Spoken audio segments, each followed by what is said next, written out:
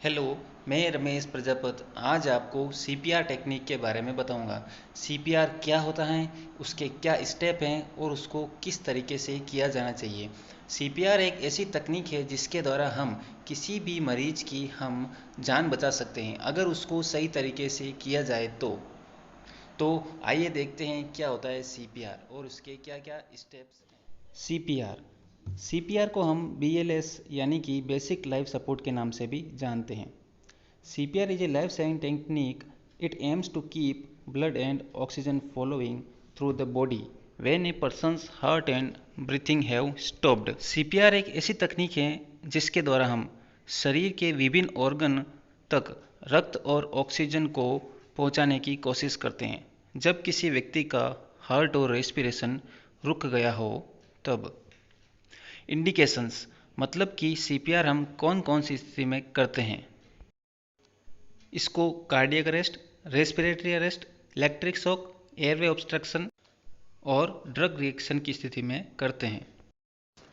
आइए अब देखते हैं कार्डियक अरेस्ट क्या होता है। कार्डियक अरेस्ट तब होता है जब हमारे हृदय की धड़कन या तो बहुत धीरे हो जाती है या बिल्कुल ही बंद हो जाती है, उसको हम कार्डियक अरेस्ट बोलते हैं।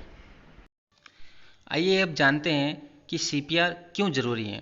Keeping the blood flow active, body के अंदर ब्लड फ्लो को चालू रखने के लिए हम सीपीआर करते हैं।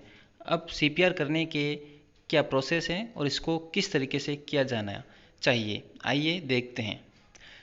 देखिए, इस वीडियो में आप देख पा रहे हैं कि हम चेस्ट को कंप्रेस करके किस प्रकार से हार्ट और ब्रेन को ऑक्सीजन और ब्लड सप्लाई पहुंचा रहे हैं। तो इसके लिए कुछ स्टेप्स हैं, देखते हैं वो स्टेप्स क्या क्या हैं। फर्स्ट स्टेप के अंदर हम पेशेंट को शेक एंड शाउट यानी कि पेशेंट को हम कंधे से थपथपा के उसको पूछेंगे कि हेलो भाई साहब, क्या आप ठीक हैं।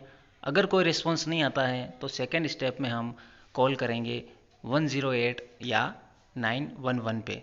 थर्ड स्टेप के अंदर हम पेशेंट की पल्स और ब्रीथिंग चेक करेंगे।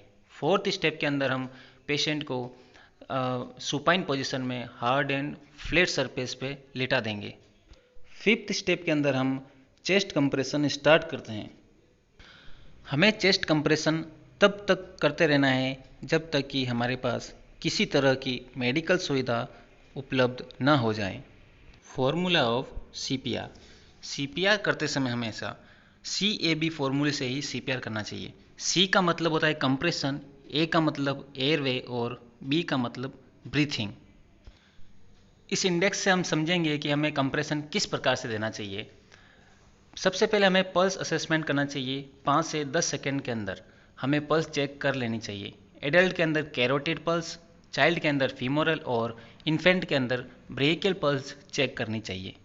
दूसरा, कंप्रेशन देने के लिए हमें एडल्ट में दोनों हाथों का उपयोग करना चाहिए, चाइल्ड के अंदर 1 हैंड और इन्फेंट के अंदर 2 फिंगर या 2 थंब का उपयोग करना चाहिए।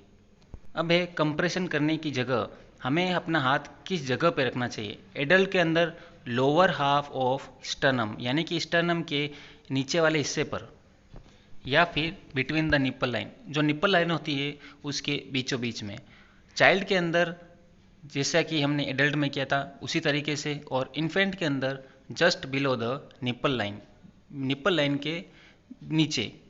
कंप्रेशन डेप्थ, हमें चेस्ट को कितने इंच तक दबाना चाहिए। एडल्ट में 2 इंच तक जाना चाहिए, चाइल्ड में 2 इंच तक और इन्फेंट में 1.5 इंच तक।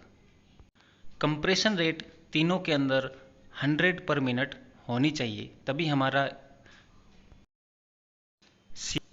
अब बात करते हैं कंप्रेशन एंड वेंटिलेशन रेशियो की। अगर रेस्क्योर मतलब बचाने वाला एडल्ट के अंदर 1 हो तो कंप्रेशन और वेंटिलेशन का जो रेशियो 30:2 होगा। चाइल्ड के अंदर 30:2 और इन्फेंट के अंदर भी 30:2 ही होगा।